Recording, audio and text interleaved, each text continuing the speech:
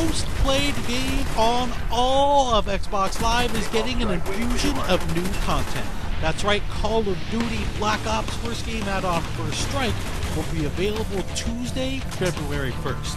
First Strike includes 4 new competitive multiplayer maps: Kowloon, Stadium, Discovery, and Berlin Wall. It also includes Ascension, a new level for the always popular Zombies mode. Now for this preview though, we'll focus on the competitive multiplayer maps.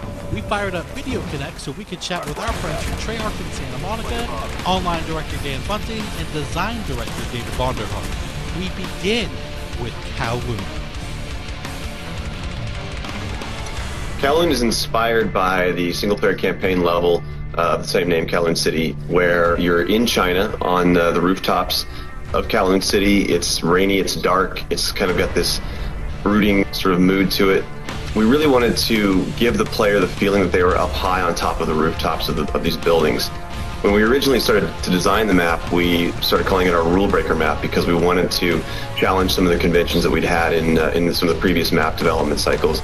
You never want to break up a primary player pathway, and in this map we actually do that intentionally, where you have to jump from one platform to the next, and that was to contribute to the feeling of being up high on top of these rooftops and increasing that danger level. Kowloon City has a zip line which allows you to go from the map center to the map perimeter very quickly. It's one of those cost versus reward gameplay mechanics where you trade speed for vulnerability. And this really was a really fun map for us to make. I mean, I think from the beginning everybody was super excited about it, and we wanted to do it a long time ago, but we had all the other maps in development, so we had to delay it for DLC. But the idea has been around for a long time. A lot of people have been very excited about it. Next up is Stadium.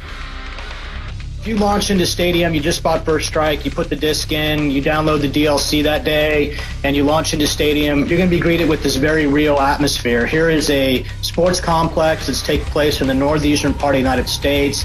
You're fighting in and around this hockey rink area. You're outside that area in a courtyard and the administrative and maintenance buildings that are next to all that, and it feels like this very real place that you can participate in a really good battle.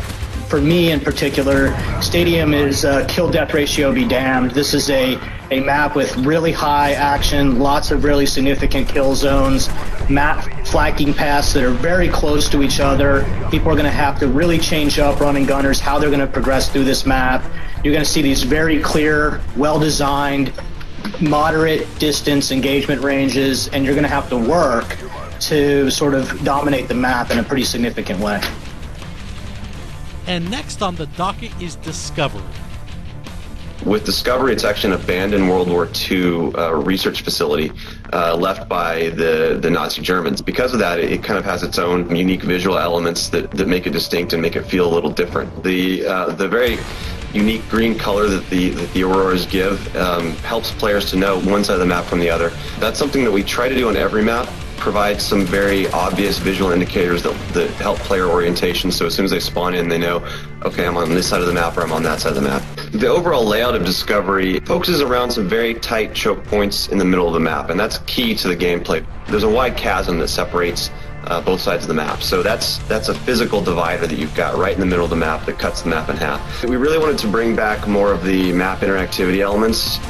There are 3 or 4 pathways in the map that will actually take damage, and chunks of the ice and snow will fall below you. It actually changed up the gameplay a little bit, because when it's not damaged, you can just move over at full speed.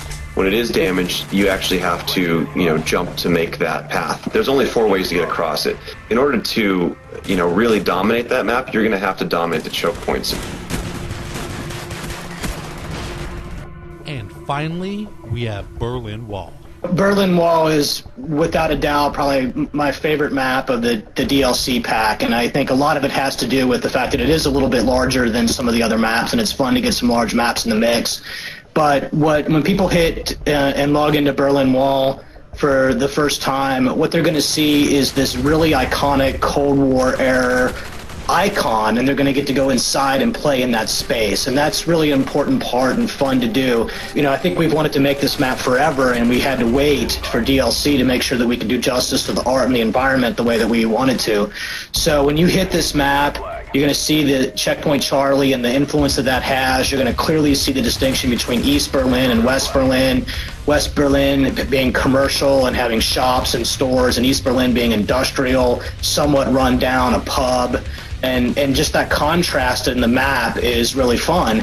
The shape of the map's very rectangular with 3 core paths across it, a no man's land in the middle, which is guarded. You'll have to experience for yourself what that means to try to cross into no man's land. It's got both outside and inside interior sort of spaces to transverse for sort of the run and gunner SMG types, long lanes for assault rifle guys, and even longer lanes for sniper rifle guys.